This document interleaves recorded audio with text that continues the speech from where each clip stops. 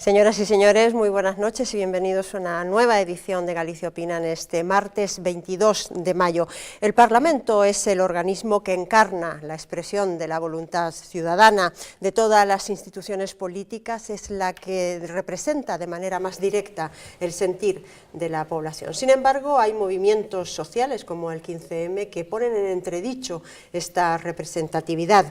En Galicia, la Cámara Autonómica agota ya los últimos meses de una legislatura marcada por el ritmo que impone la crisis económica. Para hacer un balance de estos 3 años de actividad parlamentaria y de hablar de la salud democrática de nuestra Cámara Autonómica, hemos invitado esta noche a la presidenta del Parlamento de Galicia, doña Pilar Rojo. Muy buenas noches. ¿Qué tal? Buenas noches. Gracias por aceptar esta invitación de Galicia Opina, porque sabemos que su agenda es evidentemente muy apretada, y bienvenida a Popular Televisión. Muchísimas gracias, es un placer.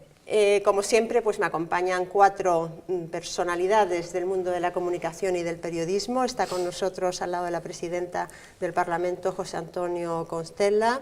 Muy buenas noches, consultor en comunicación. Buenas noches, Carla. Un placer, como siempre. En el otro extremo de la mesa, el presidente de la Asociación de Periodistas de Galicia, Arturo Maneiro. ¿Qué tal, Arturo? Buenas noches. Muy buenas noches. A su lado, una colaboradora habitual de este programa, María Méndez. Buenas noches, María. Y finalmente, otra colaboradora habitual de este programa, Ana Peón. ¿Qué tal, Ana? Buenas noches.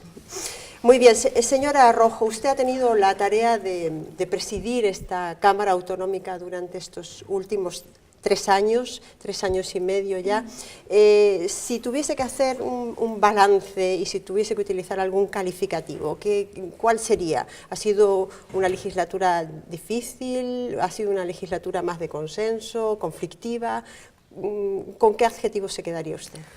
Yo creo que ha sido y está siendo... Y está siendo, sin duda. Pues yo soy muy positiva y me quedo con eso, una legislatura positiva, de mucho trabajo.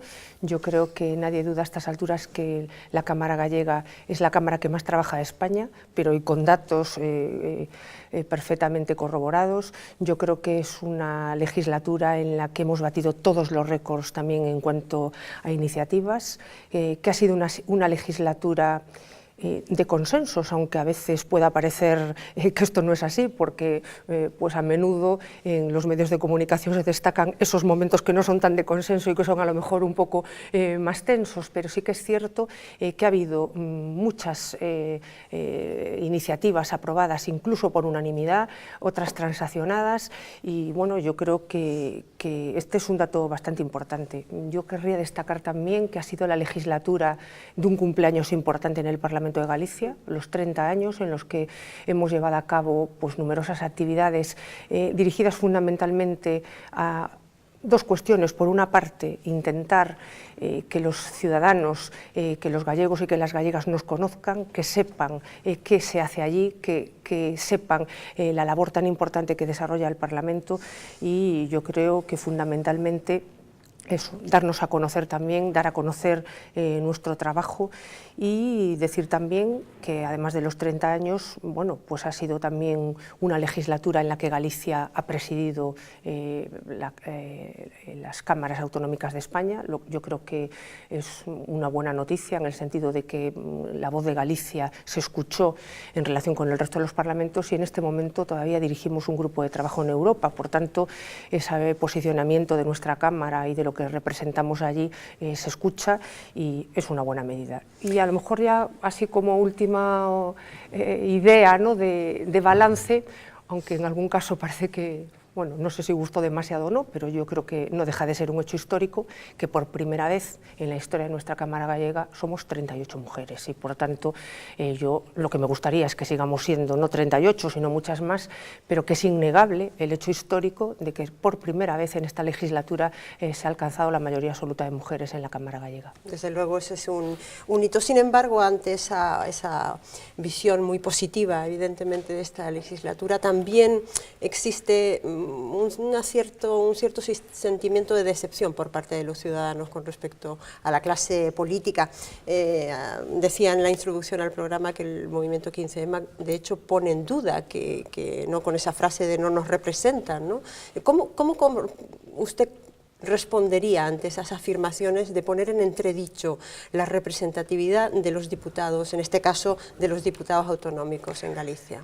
Bueno, yo creo que una Cámara de Representantes, un Parlamento, es la máxima expresión de la democracia, y si algo tiene de bueno es que permite a todos los ciudadanos la posibilidad de cambiar a la totalidad, o a la mayoría o solo a unos pocos de esos representantes si no les gusta su actuación. Yo creo que mayor democracia que esa, el poder elegir directamente a tus representantes, y si pues durante esos 4 años no han satisfecho, no han hecho o entiendes que no han cumplido con lo que tú esperabas de ellos, es la posibilidad de cambiarlos. Yo creo que los movimientos como el 15M, bueno, están muy bien. En un momento determinado la ciudadanía manifiesta una serie de inquietudes, pero bueno, yo creo que tampoco hay que confundir, me parece que ha habido ideas en este movimiento interesantes. Yo en este sentido destacaría un par de ellas, pero un par de ellas porque yo creo que ha habido un gobierno en Madrid que las ha adoptado, es decir, y que se ha fijado también en esas medidas, porque no nos vamos a olvidar, por ejemplo, de una de las cuestiones que hablaban, de los directivos, de los grandes bancos y demás. Pues yo quisiera recordar aquí que el gobierno de Mariano Rajoy ha sido el primero que ha rebajado esos honorarios a los altos mandatarios de la banca pública, también de la dación en pago. Creo que ha habido avances, todo el mundo empieza a hablar ya de esa cuestión, pero ¿por qué? Ya no solo porque el 15 me la haya planteado, sino porque ha habido un grupo con representación parlamentaria el que se ha hecho eco de esas manifestaciones, porque yo creo que quizá de eso es de lo que adolece este movimiento, ¿no? Por eso quizá en este último año hemos notado pues a lo mejor un poco menos de fuelle, ¿no? Porque las cosas hay que concretarlas. Está muy bien hablar, está muy bien opinar, pero después hay que canalizarlas, y quizá sea esa la parte que les ha faltado y que, bueno, pues de alguna manera a lo mejor los partidos políticos son las que pueden recoger, ¿no? Sin embargo, usted compartirá conmigo que hay un cierto distanciamiento entre la ciudadanía y la clase política. El próximo 26 de mayo hay una jornada abierta del Parlamento que se celebra, tengo entendido, prácticamente todos los años. ¿Ese es un poco el talante, acortar esa distancia que hay entre el ciudadano y la Cámara Autonómica? ¿Y los diputados que trabajan en ella? A mí me preocupa mucho el distanciamiento de la clase política, y me preocupa mucho también la valoración. Efectivamente, las encuestas del CIS nos ponen que somos casi una de las principales preocupaciones de los españoles, y eso a los que nos dedicamos a la política nos tiene que preocupar.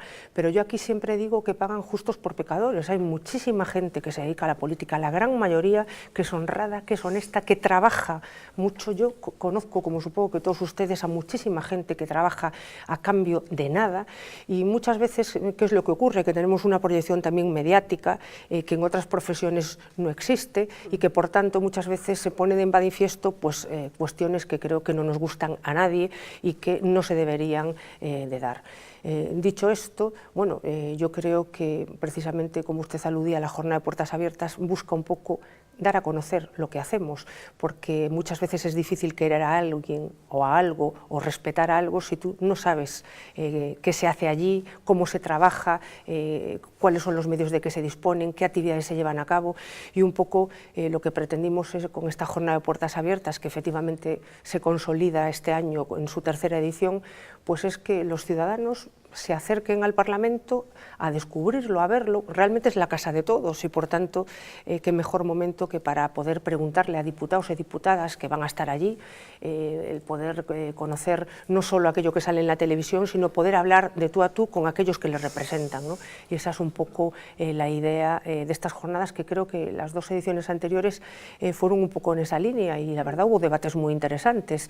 El año pasado en concreto tuvimos que cerrar las puertas mucho más tarde porque había varios diputados, con el público que accedió y con los ciudadanos que accedieron, que no se marchaban, y se preguntaba, y el debate se fue alargando y alargando. Yo creo que eso es bueno, porque yo estoy convencida de que a las cosas y a las instituciones, en este caso, pues yo creo que también una manera de respetarlas y de conocer y de quererlas es conocerlas, ¿no? La Cámara Autonómica es también el sitio donde se ejercen las competencias autonómicas. Con la crisis se ha planteado incluso la posibilidad de que algunas competencias autonómicas sean devueltas al Estado. ¿A usted qué le parece esa opción?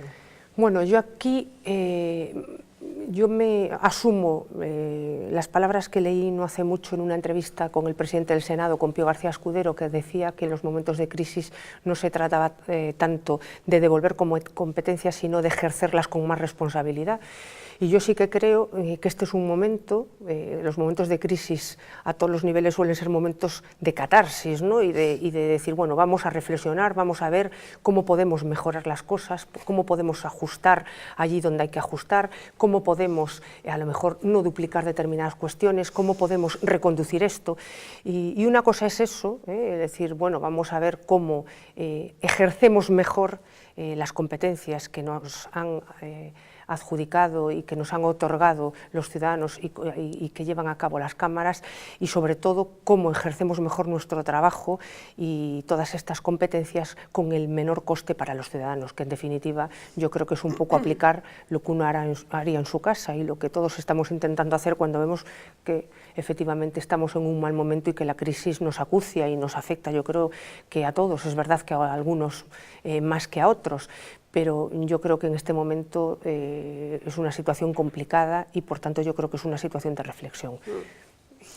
La próxima legislatura, que será, no sé si usted lo sabe, si lo sabe seguro que tampoco me lo va a decir, cada vez que pasa por aquí un alto responsable de la política gallega se lo preguntamos, pero no hay manera. Estamos esperando que el presidente de la Xunta venga a nuestro programa para preguntárselo, porque siempre me desvían hacia él la cuestión. Bueno, sea como sea, agotada o no agotada la legislatura, es decir, tengamos una nueva composición parlamentaria este año o el próximo, el 2013, con la escisión en el bloque nacionalista galego, con los últimos, que es posible que, bueno, pues que haya diputados del bloque nacionalista galego y que la nueva formación que está en trámite, parece, de constituirse pueda a lo mejor alcanzar algún diputado, incluso que la propia Izquierda Unida pueda alcanzar algún diputado en Galicia.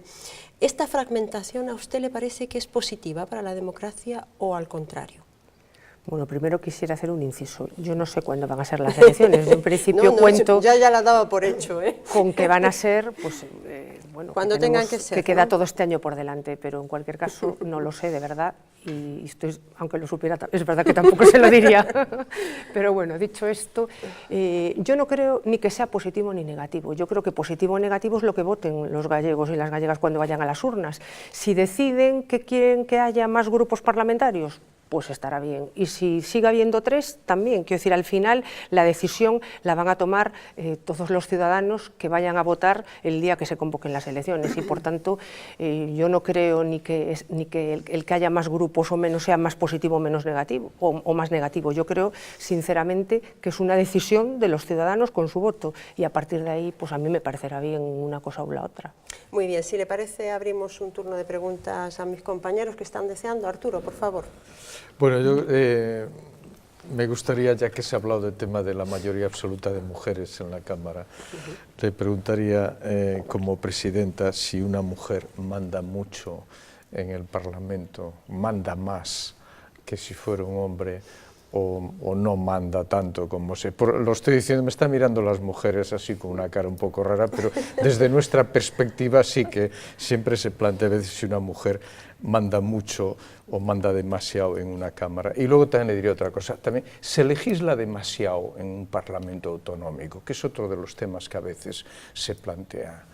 Bueno, en lo de mandar o no mandar, yo quiero pensar que es indiferente el que esté un hombre o una mujer al frente de una Cámara. Manda un político en ese momento designado por los miembros de la Cámara. Es verdad que posiblemente pues haya formas diferentes de mandar, pero yo aquí sí que casi diría más en función de la personalidad del que manda, ¿no? Las mujeres tenemos fama de eso que usted dice, de mandar un poco.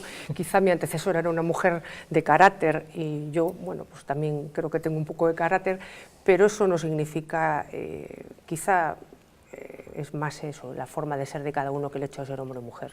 Yo solo sé que hablo mucho por detrás de lo que es el hemiciclo, trato de tener una relación fluida no solo con los portavoces, que con ellos por supuesto, sino con todos los diputados o las diputadas de la Cámara, y para intentar que después, cuando salimos ante los ciudadanos, pues que podamos dar la mejor imagen posible, ¿no?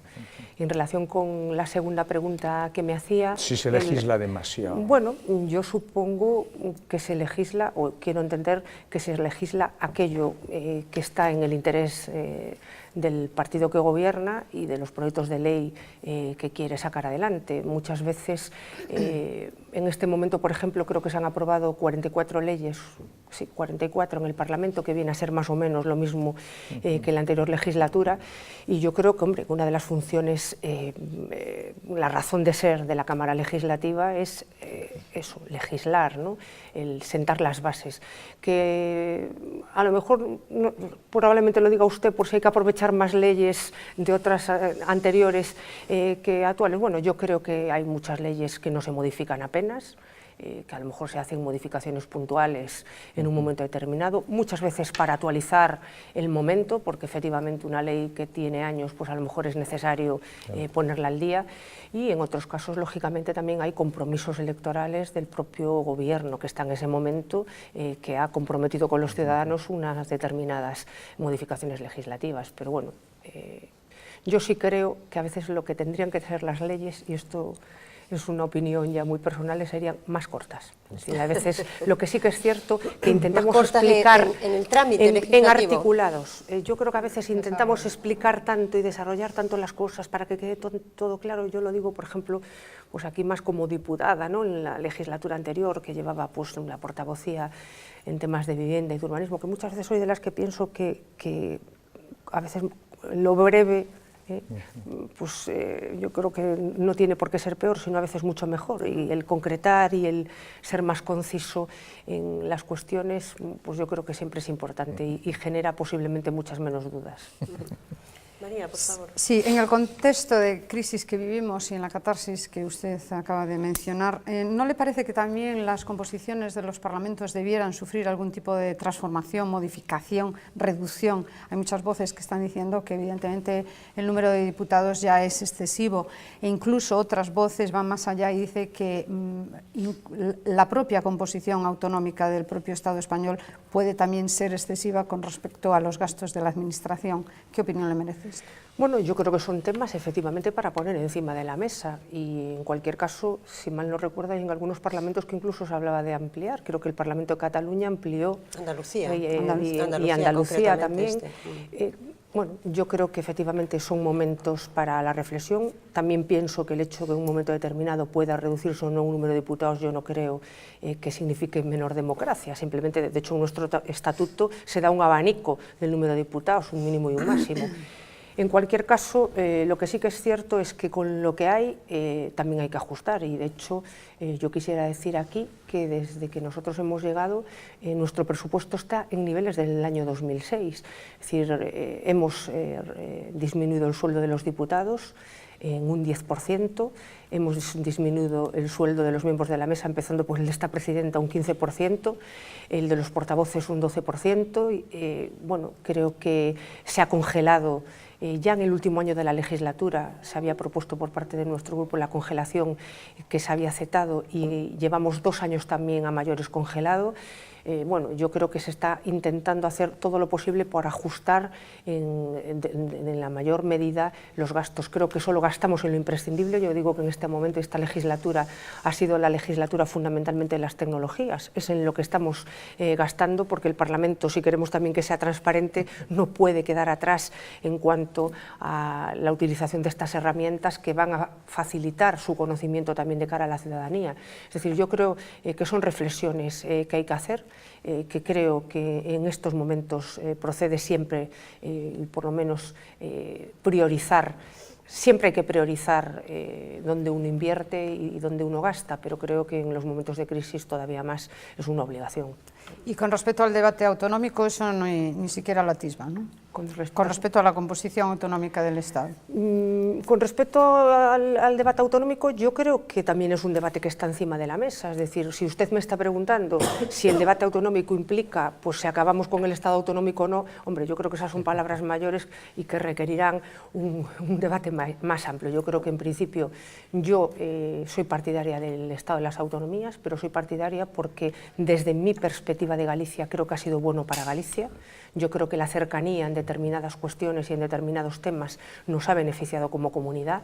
Yo creo que ahora sería impensable que algunos viéramos que decisiones que se están tomando aquí se pudieran volver a tomar desde Madrid. Me parece que mejor que aquí entendemos mucho mejor, y valga la redundancia, lo que ocurre, lo que pasa y cuáles pueden ser las posibles soluciones, pero eso no quita que ese Estado autonómico pueda ser revisable y pueda ser ajustable también. Yo eso no lo discuto y sí que lo pondría también encima de la mesa.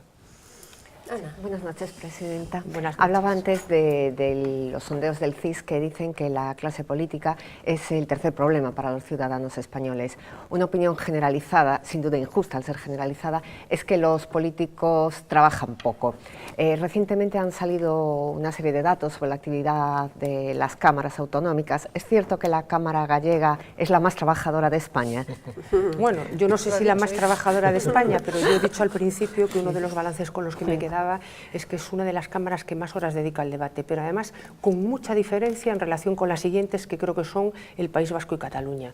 Muchas más horas de debate en pleno. Yo creo que esto también proviene, a principio de legislatura se llegó a un acuerdo entre los tres grupos parlamentarios a la hora de incluir iniciativas en pleno, que creo que fue muy beneficioso para todos los grupos, pero sobre todo para los grupos de la oposición, sobre todo si tenemos en cuenta la representación de cada uno de ellos en el conjunto de la Cámara Autonómica. Y sí que es cierto que los plenos son largos, que hay muchos debates en comisión, que hay muchas comisiones también no permanentes. Es decir, yo creo que es una Cámara en la que hay un debate muy continuado y hay mucha actividad. Eso no quita que, yo como decía, a mí me preocupa mucho la opinión de la gente en la política, porque yo creo que las soluciones a los problemas pasan por la política y yo entiendo a la política como un servicio público y por tanto el hecho de que los ciudadanos crean que no somos la solución a los problemas sino que incluso podemos ser un problema, pues como comprenderá usted a mí me preocupa muchísimo y por eso yo creo que todos tenemos que hacer un esfuerzo de dar a conocer a los ciudadanos nuestra actividad, de dar a conocer para qué sirve la política, la influencia que tiene tan grande en la vida de la gente, porque parece que el hecho de que se apruebe una ley o el hecho de que se apruebe una iniciativa, todo eso va a repercutir en el día a día de las personas y yo creo que, que de alguna manera tenemos que hacer, como decía, ese esfuerzo entre todos, primero porque la gente entienda que servimos para lo que servimos y que al final la gran mayoría de los políticos trabajan mucho, son gente honrada, gente entregada y gente que dedica muchas veces su tiempo sin fines de semana incluidos, porque aquí yo siempre digo que cuando uno se dedica a la política sabe a qué hora sale de casa, pero nunca a qué hora vuelve, y eso a veces también significa tiempo que no dedicas a otras cosas, que usted también me puede decir, bueno, pero en política se está de manera voluntaria, es verdad, pero independientemente de que se esté de manera involuntaria, muchas veces también a los políticos se les exige ese plus a mayores de que tienes que estar pues un domingo en la fiesta de tu pueblo porque te han invitado o tienes que ir porque vas a ver a una asociación y a veces vas un domingo, un sábado o un festivo, ¿no? Y sin ningún tipo, no lo digo aquí por nada, yo creo que la gente lo hace de manera natural y sin mayor problema, pero yo quiero decir eso, que hay muchísima gente, que la gran mayoría trabaja mucho y que hay mucha gente, y me estoy acordando pues de miles y miles de concejales también a lo largo de los pueblos de Galicia y de España que trabajan incluso a cambio de nada. Pues Antonio, por favor. Muchas gracias. Buenas noches, presidenta. Buenas noches. Yo por defender un poco a lo más cotidiano, que yo tengo una cierta tendencia a esto, la pregunta es la siguiente. Nos despachábamos la semana pasada con la dimisión del defensor del pueblo, ¿no? Y a mí se me ocurría, pensando estos días, estamos en una situación de crisis terrible, se han ido sugiriendo las concentraciones de las instituciones. ¿Cabe la posibilidad de que el defensor del pueblo gallego pueda desaparecer en aras de que se mantenga un defensor del pueblo estatal, que ya tiene estas competencias, o no? Esto es la primera pregunta. Y la segunda es, ¿se cubrirá antes de que acabe la legislatura este defensor del pueblo o se mantendrá en funciones la actual estructura? Bien, en relación con la primera pregunta, es verdad que hay comunidades autónomas que no tienen defensor del pueblo, que no tienen valedor do povo, en algún caso porque nunca lo han tenido, porque nunca han llegado a desarrollar esa competencia, y en otro caso porque directamente lo han suprimido. Hombre, yo creo que en el caso de Galicia, igual que en el resto de las comunidades históricas, si me refiero a Cataluña, a País Vasco, por lo menos en Galicia, es una institución recogida en nuestro Estatuto de Autonomía. Yo entiendo que cumple una función importante, que es una figura que ha estado enseguida asimilada por los ciudadanos y por los gallegos y las gallegas. Otra cosa es que, como decía antes, en esta situación podamos ajustarlo, es decir, a lo mejor lo que sí hay que plantear es, en primer lugar, si la institución tiene razón de ser. Yo, honestamente, creo que sí. En segundo lugar, si tal como está configurada, la podemos plantear o es el momento de decir, vamos a ajustarla. Yo ahí también digo que sí. Digo, bueno, pues a lo mejor lo que sí no tiene sentido es que tengamos 3 vicevaledores como hay ahora. A lo mejor lo que tiene sentido es ver cómo podemos reducir esa figura sin que por ello se menoscaben sus funciones y que de alguna manera, yo creo que esto también lo comentó el presidente ya en su momento y antes de que surgiera esta crisis en la institución, en el propio debate del Estado de la Autonomía. Y en relación con la segunda cuestión de si va a haber consenso o no, hombre, a mí me gustaría, yo creo que no hay nada predefinido ni predeterminado. La renuncia se ha producido pues la semana pasada. Esta misma semana vamos a reunir a la mesa de la Comisión de Peticiones y a la Comisión de Peticiones un poco para que no haya vacío en la institución y que el vicevaledor primero, tal como está establecido en la propia ley del valedor, pueda asumir las funciones de defensor, y a partir de ahí yo creo que se abre un proceso en el que los grupos parlamentarios tendrán mucho que decir y en el que a mí me encantaría, desde luego, pues que haya un consenso para el nombramiento de la figura del valedor, como también hubo en relación con el valedor que ahora se ha ido, porque yo quiero recordar aquí que esta figura, el defensor Benigno López, fue propuesto en su momento en la época del gobierno bipartito y aceptado por el Grupo Popular y por tanto apoyado por unanimidad. A mí me encantaría que en este momento pues también pudiera ser así y desde luego hago votos porque así sea. Señora Rojo, una última pregunta, ya casi de carácter más personal, si usted me lo permite. Estábamos diciendo que la legislatura se acaba, su puesto, su cargo como presidenta del Parlamento llega también a su fin. Usted, por lo que me ha dicho, ha hecho un balance positivo, ha estado cómoda en ese puesto. ¿Le gustaría a usted repetir? Pues me puede usted creer que no lo he pensado, y entre otras cuestiones, primero porque pienso que queda por delante un año de legislatura, y segundo porque yo creo que tampoco, primero que no soy una persona muy apegada a los cargos y sé que en un momento determinado uno tiene que estar allí donde le dicen que puede aportar algo, y en ese sentido yo creo que pues en este caso mi propio partido también tiene que tener la libertad suficiente como para decidir cómo plantea sus cargos políticos o cómo puede plantear bueno, de cara a una siguiente legislatura, si es que obtiene de nuevo la confianza de los ciudadanos, esta cuestión. Yo he estado cómoda, es verdad que también ha habido momentos difíciles, aquí yo trato de hacer un balance positivo porque creo que en conjunto es un balance positivo. Ha habido también momentos, a mí hay cosas que tampoco me gustan mucho, no me gusta la bronca, no me gusta pues cuando hay palabras malsonantes, en el sentido de que yo creo que, y siempre les repito a todos los diputados y a las diputadas, que el control parlamentario no está reñido con la cortesía, con la buena educación, con las formas, que me parece que se puede estar debatiendo y de una manera incluso intensa sin necesidad de insultar a nadie, y entonces, bueno, pues yo lo paso mal. ¿Le ha tocado también a usted un momento difícil? Me ha tocado, ¿no?, algún momento un poco complicado, pero en cualquier caso, a mí no crea que estoy intentando eludir la pregunta, me siento a gusto como presidenta del Parlamento, me parece una honra ser la presidenta de la primera institución de Galicia, pero lo que también le digo es que estoy a disposición de mi partido y de mi presidente. Señora Rojo, muchísimas gracias por su participación en Galicia Opina. Ha sido un placer tenerla con nosotros. Esperamos tenerla otra vez, ya sea como presidenta del próximo Parlamento o en cualquiera de sus funciones, que seguramente tendrá muchas. Muchísimas gracias y buenas noches. Muchísimas gracias por invitarme. Gracias. Y a todos ustedes, pues no se vayan. Hacemos una pequeña pausa de 2 minutos y volvemos enseguida con más actualidad. Hasta ahora mismo.